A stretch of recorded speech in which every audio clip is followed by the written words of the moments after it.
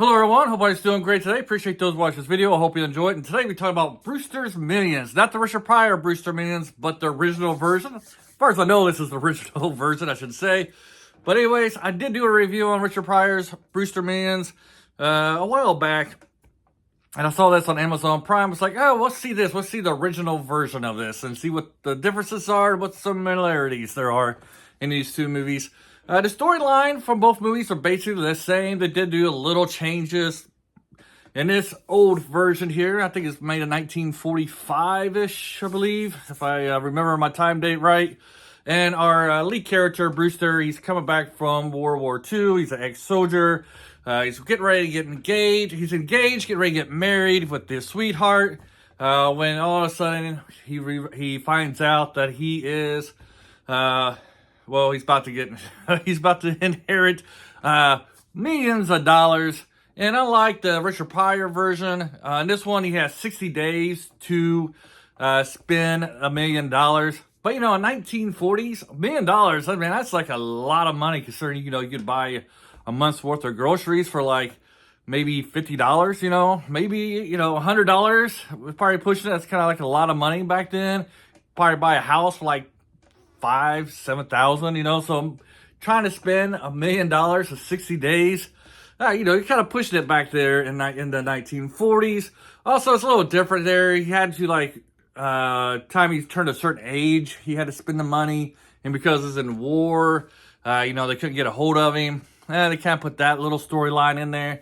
And another thing I liked a little bit better about this one, and then compared to Richard Pryor's version, it's the Richard Pryor's version.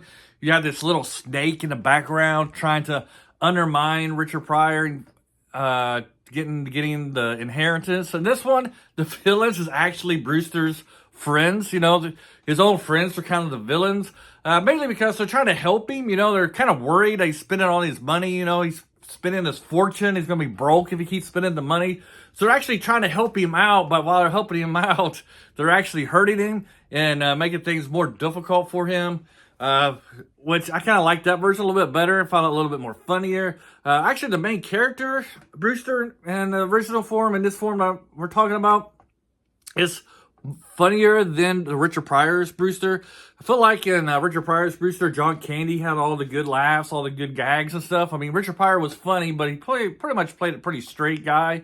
While this one, you know, how Brewster reacts to, like, earning money when he's trying to lose the money and his friends interfering with his goal of spending all his money. It's pretty funny. He gets pretty good physical comedy and reactions to what's happening to him when he comes up against a wall, some kind of big obstacle. I just found it a little bit more funnier. His character overall, both movies are really good. I wouldn't really say one is better than the other one.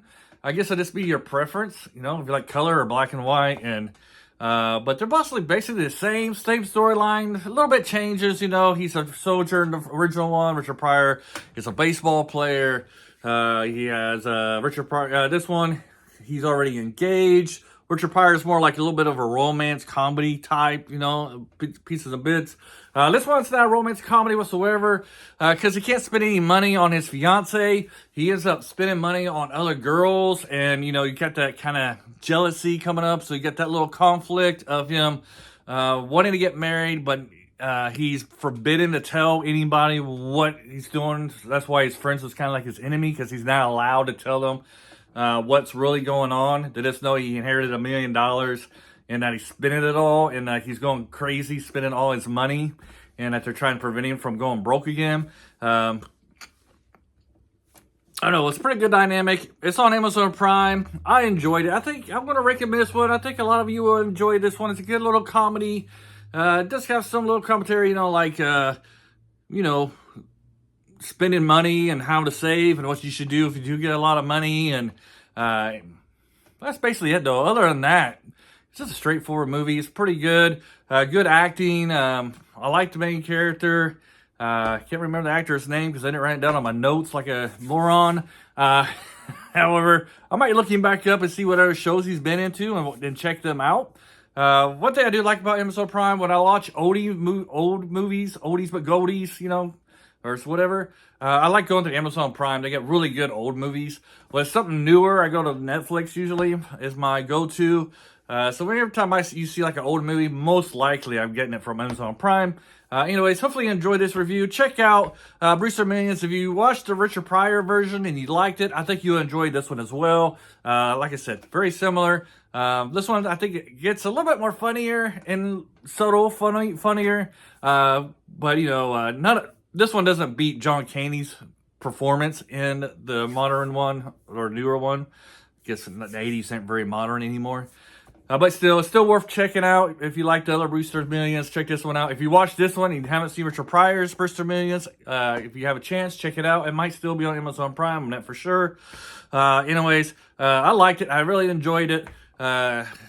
Check me out in other videos, reviews. And if you've already seen this one, give me a comment below what you think about it. And have a great day. Until next time, bye.